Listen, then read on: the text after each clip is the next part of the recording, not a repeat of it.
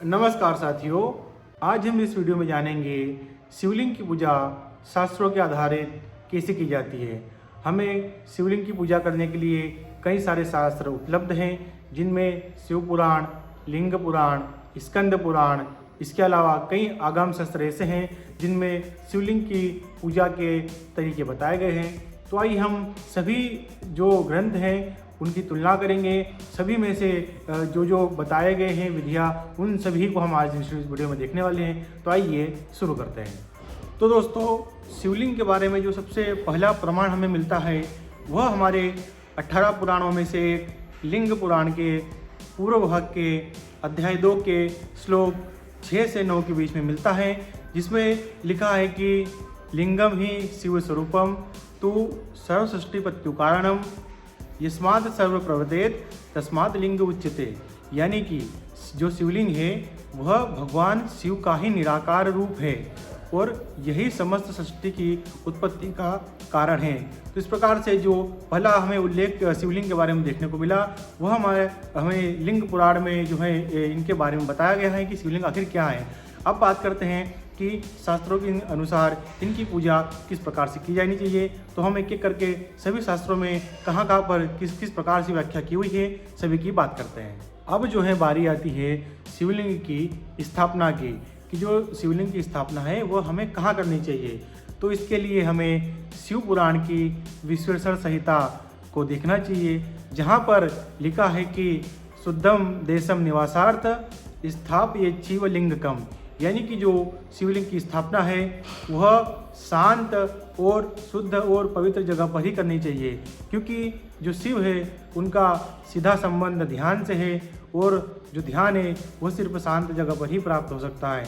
इस प्रकार से हमें हमारे जो शिव पुराण है उनकी विश्वेश्वर संहिता से यह देखने को मिला कि जो शिवलिंग की स्थापना है उसके लिए पवित्र और शांत जगह का होना बहुत जरूरी है। अब बात करते हैं शिवलिंग की जो अभिषेक होता है उनके बारे में, कि इनका अभिषेक किस प्रकार से करना चाहिए। तो दोस्तों, जो अभिषेक है उसके बारे में जो व्याख्या है वह भी हमें लिंग पुराण के पूर्व भाग में ही देखने को मिलती है, जहाँ पर शिवलिंग की जो सबसे अच्छा अभिषेक है, सबसे उत्कृष्ट अभिषेक है वह पंचामृत का अभिषेक बताया गया है, जिसमें दूध, दही, घी, शहद और सुगंधित फलों के रस से जो है अभिषेक किया जाता है। तो इस प्रकार से यह जो अभिषेक है यह लगभग सभी देवी देवताओं के लिए समान ही होता है जिनमें पंचामृत का उपयोग होता है। उसी प्रकार से भगवान शिव का जो अभिषेक होता है उसके लिए भी पंचामृत का अभिषेक ही होता है, कोई ऐसा विशेष अभिषेक नहीं होता। तो यह अभिषेक बिल्कुल सभी देवताओं की तरह ही होता है। दोस्तों, अब हम बात करते हैं कि शिवलिंग की और अन्य जानकारियों के बारे में, कि आखिर कौन कौन सी जानकारी हमें पता होनी चाहिए।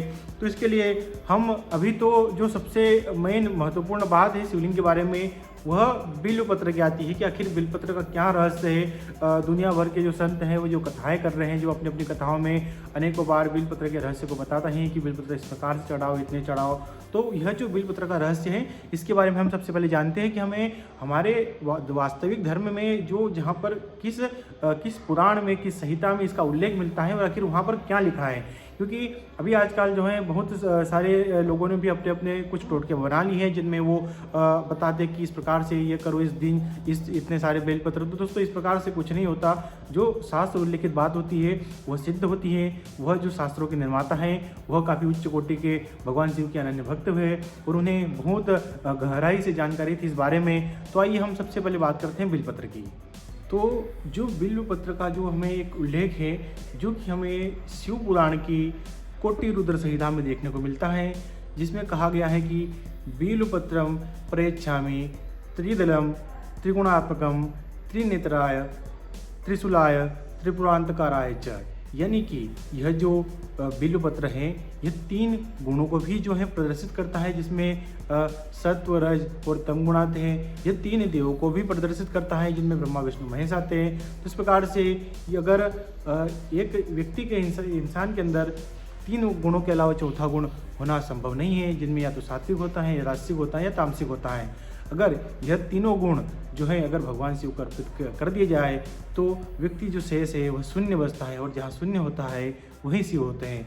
इसके अलावा अगर इनका एक और रूप देखा जाए कि जो बिल्व पत्र हैं वह 3 देवताओं को प्रदर्शित करते हैं, जिसमें ब्रह्मा, विष्णु, महेश है। तो हम अगर एक साथ सृष्टि के जो है निर्माणकर्ता पालनकर्ता और सहारकर्ता को एक साथ अगर हम पूजन अर्चन करें तो यह सबसे आसान तरीका हो सकता है। एक बिलपत्र अगर भगवान शिव को अर्पित कर दिया जाए तो यह तीनों देवताओं को जो है उनकी हमें पूजा का फल प्राप्त होता है। इस प्रकार से यह जो बेलपत्र हैं वैसे तो उनकी कई सारी व्याख्या हैं, वही कई सारे उल्लेख हैं, कई सारे जो है विधि विधान भी हैं। हम अपने आने वाले कई वीडियो में हम बेलपत्र की जो बात है वह गहराई से करेंगे, लेकिन अभी के लिए बस इतना ही। तो इस प्रकार से यह थी भगवान शिव के बारे में जो बेलपत्र का जो खास महत्व है वह इतना है। इसके अलावा जो है वह अभी हम और आगे बात करेंगे। दोस्तों, अभी मैंने आपको जितनी भी दुनिया भर की चीज़ें बताई कि हमारे इतने जो है पुराणों में भगवान शिव के अभिषेक के बारे में यह लिखा है, इनकी पूजा इस तरीके से करनी चाहिए। शायद मेरे हिसाब से इन चीज़ों का कोई महत्व नहीं रह जाएगा अगर आपने इस वीडियो को पूरा देख लिया तो, क्योंकि यह जो सारी चीज़ें थी यह शास्त्र आधारित थी। यह जो भगवान शिव हैं उन्हें एक देव के रूप में मानकर लिखी गई थी। लेकिन अभी की जो कहानी है वो शायद आप लोगों ने पहले मेरे हिसाब से सुनी होगी या ना सुनी होगी। मैं आपको बताता हूँ कि साउथ में एक बहुत ही बड़े संत हुए जिन्हें नयनार कहा जाता है। उनका जो पूरा नाम है वो कनप्पा नयनार है और उनके बारे में कहानी है कि वो एक शिकारी हुआ करते थे। तो एक बार जब वो शिकार के लिए किसी जंगल में जा रहे थे तो उन्हें वहाँ पर भगवान शिव का एक जो है मंदिर दिखा। तो उनके मन में इच्छा है कि वे भगवान शिव की जो है पूजा करें। अब सिर्फ पूजा के अलावा उनमें दुनिया की किसी चीज़ का ज्ञान नहीं था, न उन्हें दुनिया के किसी भी मंत्र के किसी भी जो है शास्त्र में लिखे हुए मंत्र के बारे में पता था, ना किसी पूजा पाठ के, ना विधि विधान के। उन्हें नहीं पता था कि भगवान को बेलपत्र अर्पित किया जाता है, उन्हें नहीं पता था कि भगवान का यह मंत्र है। बस एक भावना उठी कि हमें भगवान शिव की पूजा करनी है और बस करनी है।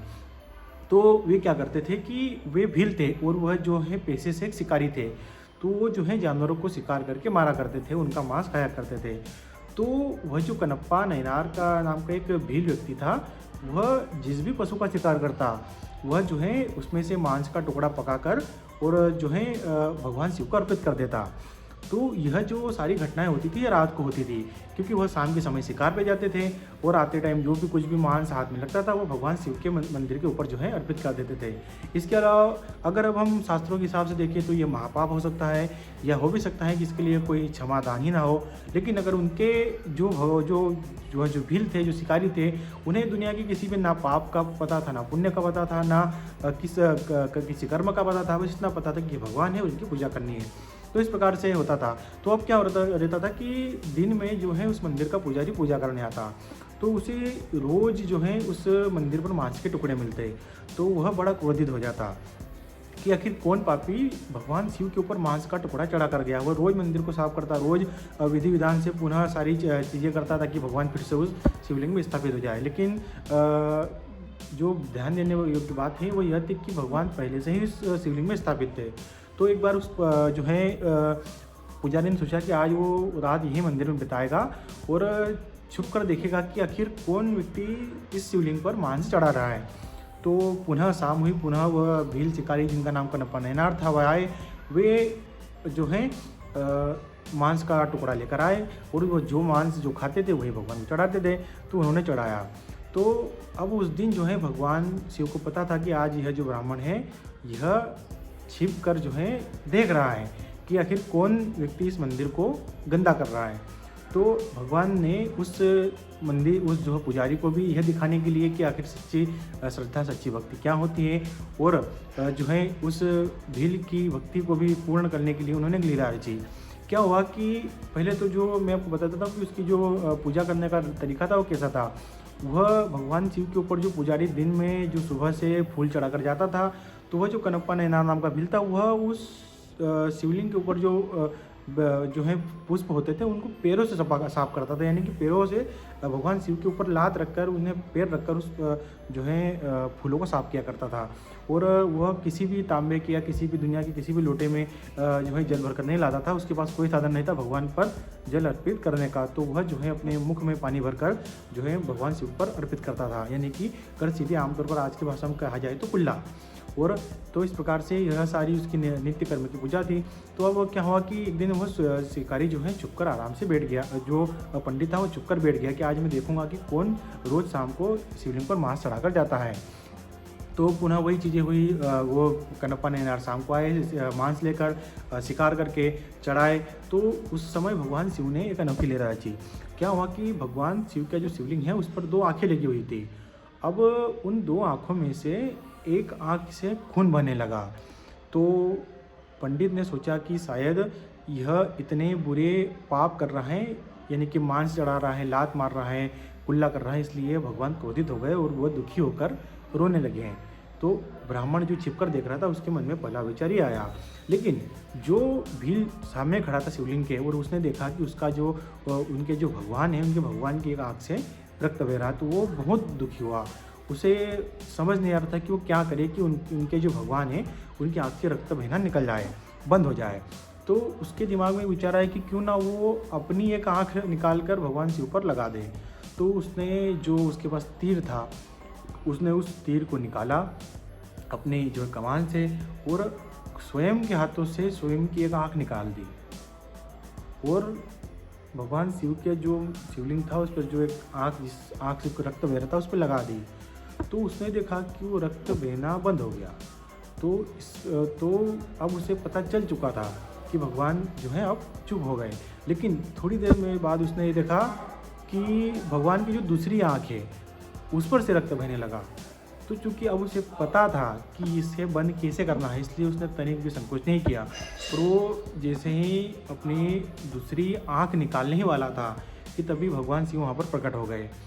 तो यह देखकर जो पीछे छुपा ब्राह्मण था वह भी भागते हुए आया, और भगवान उसने यह कहा कि मैं अपने कई वर्षों से नित्य कर्म से, पूरे विधि विधान से, शास्त्रों के हिसाब से, गंगा जल से, बेलपत्र से आपका कई वर्षों से अभिषेक करता आया, अभिषेक को पूजा करता आया, लेकिन आपने कभी मुझे दर्शन नहीं दिए। लेकिन इस भील जो कि तुम्हें रोज लात मार रहा है, तुम्हारे ऊपर कुल्ला कर रहा है, तुम्हें मांस खिला रहा है, इसे दर्शन दिए, ऐसा क्यों?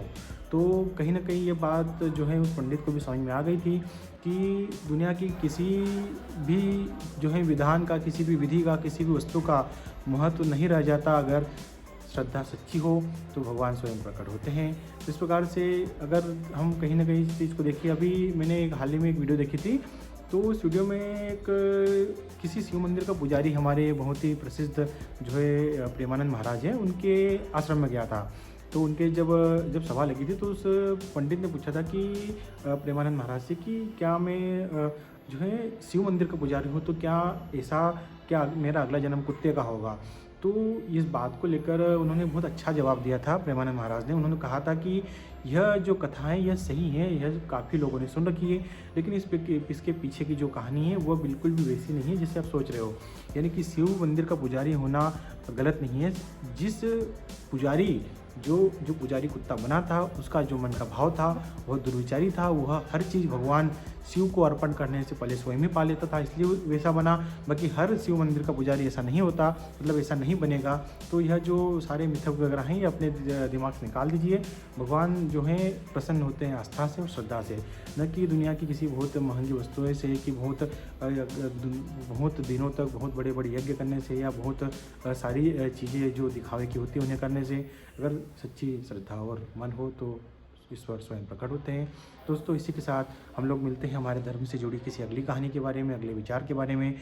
मैं पंकज केवट, नर्मदेश्वर शिवलिंग सेंटर का संस्थापक। हमारा जो परिवार है वो कई सालों से माँ नर्मदा के अंदर से पत्थर निकालता है और उन्हें तराश कर नर्मदेश्वर शिवलिंग का निर्माण करता है और उन्हें पूरे भारत में भेजता है। अगर आपको भी अपने घर अथवा मंदिर के लिए किसी भी आकार या प्रकार में नर्मदेश्वर शिवलिंग चाहिए हो तो निश्चिंत होकर हमारे स्क्रीन पर दिए गए नंबरों पर संपर्क कर सकते हैं। इसी के साथ जानकारी अच्छी लगी हो, वीडियो अच्छा लगा हो तो वीडियो को लाइक करें, चैनल को सब्सक्राइब करें। मिलते हैं अगले वीडियो में, तब तक के लिए नर्मदे यार, धन्यवाद। ओम नमः शिवाय।